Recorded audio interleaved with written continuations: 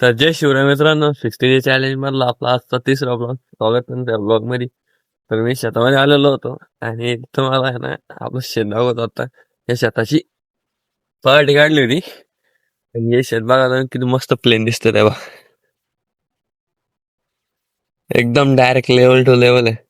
या दोन्ही शेतांची आपण आहे ना जी पहाटी बाकी होती ती काढून घेतलेली आता सकाळीच आपली इथं आलेली, जे की हे पपईचं रोप आहे. आता हे कशामुळे असं ठेवलेलं माहिती तुम्हाला, या पेटी खाली साडी वगैरे बांधून. त्याचं कारण ह्या वड्यावरती वाढणार आहे. आता ते दिसत नाही, हे बघ ते तिथं बसलेलं आहे.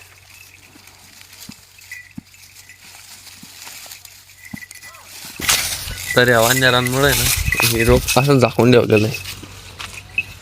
ही जी ना सकाळीच आपण गाडी उतरवली होती या रोपांची.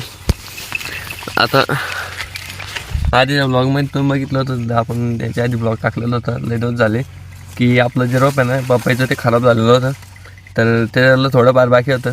तर त्याच्यानंतर आपण हे डबल रोप घेतलेलं होतं म्हणजे लावण्यासाठी.